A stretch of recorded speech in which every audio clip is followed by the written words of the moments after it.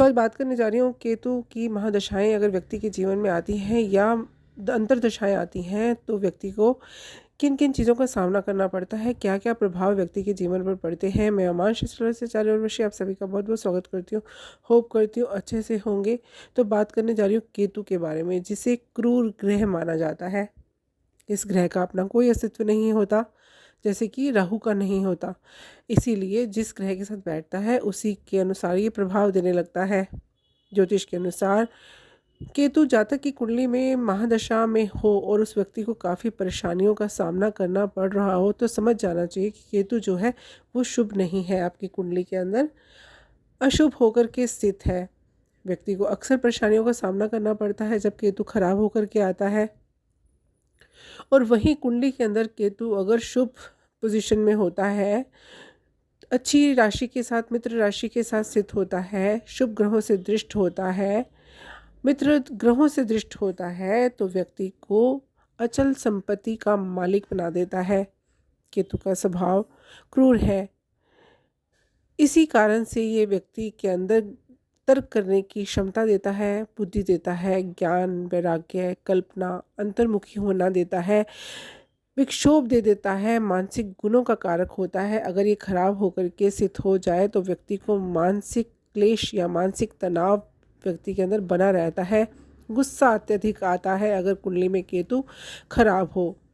केतु अगर अच्छी स्थिति में स्थापित है तो आपको इन्हीं सब क्षेत्रों में लाभ पहुंचाता है और इसी अवस्था में हानि भी पहुंचाता है। केतु का जो स्वभाव है व्यक्ति के ऊपर जब पड़ता है तो व्यक्ति के अंदर गुस्से की प्रवृत्ति बढ़ती चली जाती है।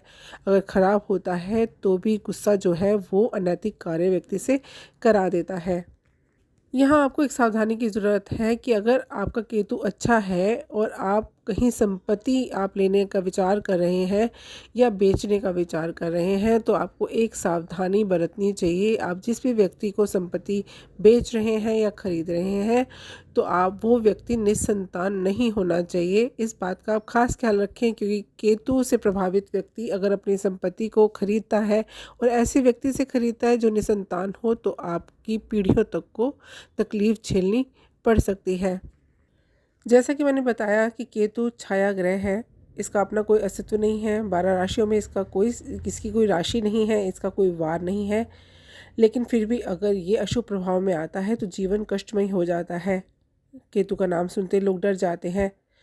राहु केतु दोष से ही कालसर्प दोष का भी निर्माण होता है। और अगर आपकी कुंडली के अंदर दशाओं में या महादशाओं में ये आता है तो आपको जानना चाहिए कि कौन से उपाय करेंगे जिससे इसका निवारण हो सकता है। केतु खराब हो जाए तो उसे संतान से भी जोड़कर देखा जाता है। संतान से कष्ट होता है, संतान के साथ तनाव होता है। अगर केतु खराब हो जाए तो भाई के साथ झगड़े की स्थिति बन जाती है, भाई के परिवार के साथ झगड़े की स्थिति बनती है और संतान के साथ तनाव की स्थिति बनती है। अगर संतान है तो उसे कष्ट होता है या फिर संतान की प्राप्ति होने में आपको दिक्कतों का सामना करना पड़ सकता है। टांगों के जोड़ मैंने बताए, धड़ के निचला हिस्सा जो होता है वो इसके कंट्रोल में होता है तो व्यक्ति के शरीर के अंग तक ये प्रभावित करता है, स्वास्थ्य पे प्रभावित करता है। तो ये उपाय आपको जो बताने जा रही हूँ बेहद सरल से 2 उपाय आपको बताने जा रही हूँ जिनको करने से आपको असीमित लाभ की प्राप्ति होती है। केतु की महादशाओं में अगर आप इस उपाय को करते हैं तो केतु के जो बुरे प्रभाव हैं वो तेज़ी से दूर होने शुरू हो जाते हैं। तो सबसे पहले उपाय की बात कर लेते हैं। आपको करना क्या है, मंगल से रिलेटेड, मंगल से संबंधित केतु का स्वभाव होता है तो मंगलवार के दिन आपको ये उपाय करना है। आपको करना क्या है, 1 चम्मच आपको कच्चा दूध लेना है, गाय का कच्चा दूध ले लेना है और उसके अंदर 1 चुटकी सफ़ेद तिल डालने हैं और इसको चढ़ा देना है शिवलिंग पर और वहीं खड़े होकर के आपको 108 बार ओम नमः शिवाय का जप करना है, अपनी समस्याएं बोलनी है और उसके बाद सादा जल से अभिषेक कर देना है। बहुत ही सरल उपाय है लेकिन इसकी असीमित शक्तियाँ बहुत ज़्यादा हैं। व्यक्ति की कठिन से कठिन परिस्थितियों को दूर करने की क्षमता होती है जब सफ़ेद तिल का इस तरह से उपयोग करते हैं तो आपके केतु के बुरे प्रभाव हैं वो दूर होने शुरू हो जाते हैं। दूसरा उपाय आपको बताने जा रही हूँ, ये आपको 6 महीने में 1 बार करना है। इसको करने से आपके जीवन के अंदर जो नकारात्मक आपको प्रभाव मिल रहे हैं वो दूर होते हैं। संतान संबंधी, भाई से संबंधी रोगों से संबंधित जो भी आपको बुरे प्रभाव मिल रहे हैं वो दूर होते हैं। आपको यश कीर्ति की प्राप्ति होती है, प्रसिद्धि की प्राप्ति होती है और धन धान्य की प्राप्ति होती है। तो करना क्या है, आपको 6 महीने में एक बार करना है। मंगलवार के दिन तिकोना झंडा आपको नारंगी रंग का लेना है, जिसके ऊपर श्री हनुमान जी का नाम लिखा होना चाहिए और इस पताका को आपको मंदिर में जा कर के मंदिर की छत पर लगा देना चाहिए। जब आप ये उपाय करते हैं तो आपको यश कीर्ति की तो प्राप्ति होती है, संतान के साथ आपके रिश्ते अच्छे होते हैं, घर के अंदर का जो वातावरण है वो अच्छा होता है, जो कलापूर्ण हो गया है वो दूर होता है, तनाव दूर होता है, जो आपके स्वास्थ्य पर इसके विपरीत असर पड़ रहे थे वो भी दूर होने शुरू हो जाते हैं। तो ये था 6 महीने में एक बार कला करने का उपाय।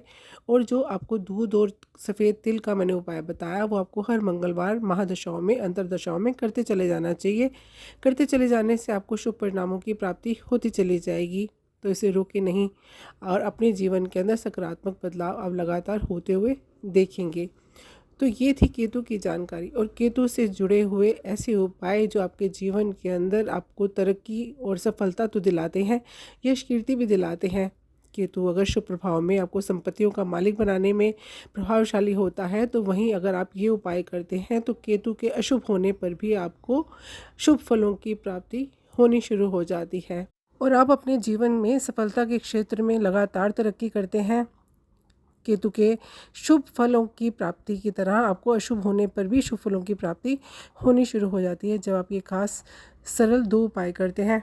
तो ये थी जानकारी केतु की महादशाओं में आपको कौन से उपाय करने चाहिए और अंतर्दशाओं में आपको कौन से उपाय करने चाहिए, जिनको करने से आपके जीवन का जो संघर्ष है वो कम होता है, केतु के कुप्रभाव जो हैं वो कम होते हैं। होप करती हूँ पसंद आया होगा। अच्छा लगा हो तो लाइक कीजिए, सब्सक्राइब कीजिए, शेयर कीजिए, कमेंट करना बिल्कुल ना भूलें।